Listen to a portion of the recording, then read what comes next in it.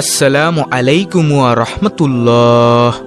আমাদের প্রিয় নবী হযরত মুহাম্মদ সাল্লাল্লাহু আলাইহি ওয়াসাল্লামের পবিত্র বাণীতে এসেছে, ফরজ নামাজের সালাম ফিরিয়ে এই দোয়াসমূহের আমল করলে কিয়ামতের দিন আল্লাহর রহমতে হাসতে হাসতে জান্নাতে প্রবেশ করতে পারবেন ইনশাআল্লাহ, এবং মৃত্যুর পরপরই আপনার কবরখানা জান্নাতে পরিণত হয়ে যাবে ইনশাআল্লাহ। প্রিয় দর্শক, এখন যে আমলগুলো বলবো প্রত্যেকটি সহিহ হাদিস দ্বারা প্রমাণিত। ফরজ নামাজের সালাম ফিরিয়ে রাসূল সাল্লাল্লাহু আলাইহি ওয়াসাল্লাম যে দোয়াসমূহের আমল করতেন সেগুলো আমি আপনাদেরকে এক এক করে বলছি। তাই আপনাদের কাছে আমার একটি অনুরোধ হলো, ভিডিওটি একটু না টেনে শুরু থেকে শেষ পর্যন্ত দেখুন ধৈর্য সহকারে, তাহলেই আপনি আমলের নিয়মগুলো বুঝতে পারবেন। প্রিয় দর্শক, হতে পারে এখান থেকে একটি আমলই আপনার জান্নাতে যাওয়ার উসিলা ইনশাআল্লাহ। ফরজ নামাজ শেষে রাসূল সাল্লাল্লাহু আলাইহি ওয়াসাল্লাম জামাতবদ্ধভাবে কখনো মোনাজাত করেননি, তবে তিনি তাসবিহ, তাহলিল, জিকির, আজকার ও দোয়া পাঠ করেছেন, এরকম অসংখ্য হাদিস বিদ্যমান রয়েছে। প্রিয় দর্শক, প্রত্যেক নামাজের সালাম ফিরানোর পর রাসূলুল্লাহ সাল্লাল্লাহু আলাইহি ওয়াসাল্লাম ইমাম অবস্থায় কিবলার দিক থেকে ঘুরে মুক্তাদের দিকে মুখ ফিরিয়ে বসতেন। সহিহ বুখারী হাদিস নং 845। নামাজের সালাম ফিরিয়ে সর্বপ্রথম রাসূলুল্লাহ সাল্লাল্লাহু আলাইহি ওয়াসাল্লাম যে দোয়াটি পাঠ করতেন তা হলো হযরত সাওবান রাদিয়াল্লাহু তাআলা আনহু থেকে বর্ণিত। তিনি বলেন, রাসূলুল্লাহ সাল্লাল্লাহু আলাইহি ওয়াসাল্লাম নামাজ শেষ করে 3 বার পড়তেন, আস্তাগফিরুল্লাহ, আস্তাগফিরুল্লাহ, আস্তাগফিরুল্লাহ। এর অর্থ হলো, আমি আল্লাহর কাছে ক্ষমা চাই। সহিহ মুসলিম হাদিস নং 1362। প্রিয় দর্শক, ফরজ নামাজের সালাম ফিরানোর পর রাসূলুল্লাহ সাল্লাল্লাহু আলাইহি ওয়াসাল্লামের দ্বিতীয় দোয়াটি হলো, আল্লাহুম্মা আনতাস সালাম ওয়া মিনকাস সালাম তাবারাকতা ইয়া যাল জালালি ওয়াল ইকরাম। অর্থ, হে আল্লাহ, তুমি শান্তিময় এবং তোমার হতে শান্তি উচ্চারিত হয়, তুমি বরকতময়, হে মহান ও সম্মানের অধিকারী। সহিহ মুসলিম হাদিস নং 1662। ফরজ নামাজের সালাম ফিরানোর পর রাসূল সাল্লাল্লাহু আলাইহি ওয়াসাল্লামের তৃতীয় আমলটি হলো 33 বার সুবহানাল্লাহ, 33 বার আলহামদুলিল্লাহ এবং 33 বার আল্লাহু আকবার। অতঃপর এই দোয়াটি রাসূলুল্লাহ সাল্লাল্লাহু আলাইহি ওয়াসাল্লাম পড়তেন। দোয়াটি হলো, লা ইলাহা ইল্লাল্লাহু ওয়াহদাহু লা শারীকা লাহু, লাহুল মুলকু ওয়া লাহুল হামদু ওয়া হুয়া আলা কুল্লি শাইইন কাদির। অর্থাৎ, আল্লাহ ব্যতীত কোনো উপাস্য নেই, তিনি একক, তার কোনো শরিক নেই, সার্বভৌমত্বের মালিক তিনি, সকল প্রশংসা তার, তিনি সবকিছুর উপর সামর্থ্যবান। হযরত আবু হুরায়রা রাদিয়াল্লাহু তাআলা আনহু থেকে বর্ণিত, তিনি বলেন, রাসূলুল্লাহ সাল্লাল্লাহু আলাইহি ওয়াসাল্লাম বলেছেন, যে ব্যক্তি প্রত্যেক ওয়াক্ত সালাত শেষে 33 বার আল্লাহর তাসবিহ বা পবিত্রতা বর্ণনা করবে, 33 বার আল্লাহর তাহমিদ বা আল্লাহর প্রশংসা করবে এবং 33 বার আল্লাহর তাকবীর তথা আল্লাহর মহত্ব বর্ণনা করবে, আর এমনভাবে 99 বার হওয়ার পর শততম পূর্ণ করতে বলবে, লা ইলাহা ইল্লাল্লাহু ওয়াহদাহু লা শারীকা লাহু, লাহুল মুলকু ওয়া লাহুল হামদু ওয়া হুয়া আলা কুল্লি শাইইন কাদির।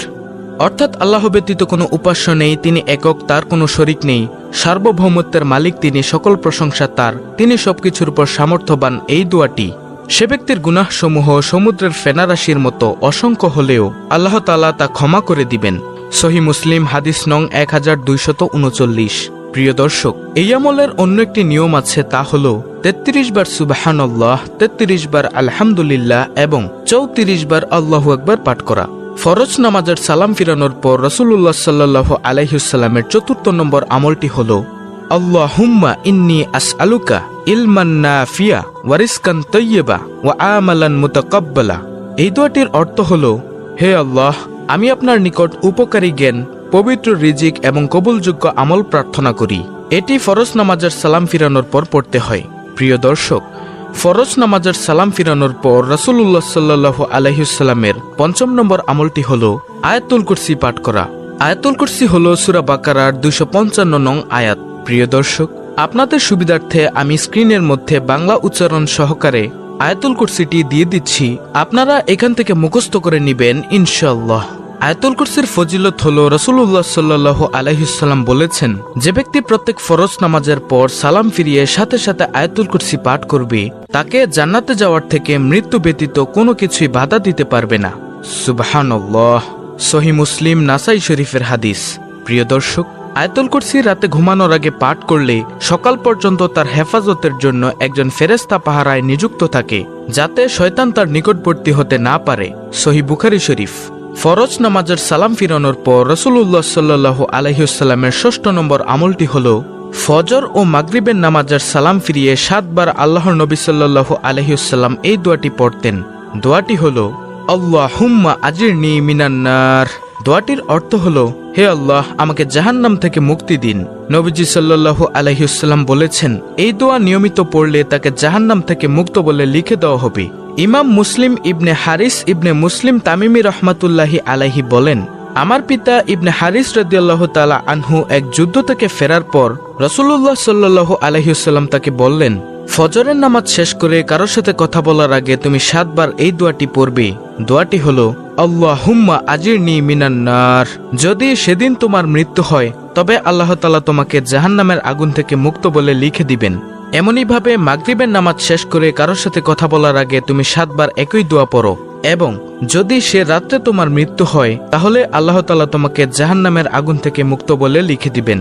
আবু দাউদ। ফরজ নামাজের সালাম ফিরানোর পর রাসূল সাল্লাল্লাহু আলাইহি ওয়াসাল্লামের ৭ম নম্বর আমলটি হল ফজর ও মাগরিবের নামাজের পরে সূরা ইখলাস ৩ বার, সূরা ফালাক ৩ বার এবং সূরা নাস ৩ বার। অন্যান্য ফরজ নামাজের শেষে এই সূরা ৩টি একবার করে পাঠ করতেন।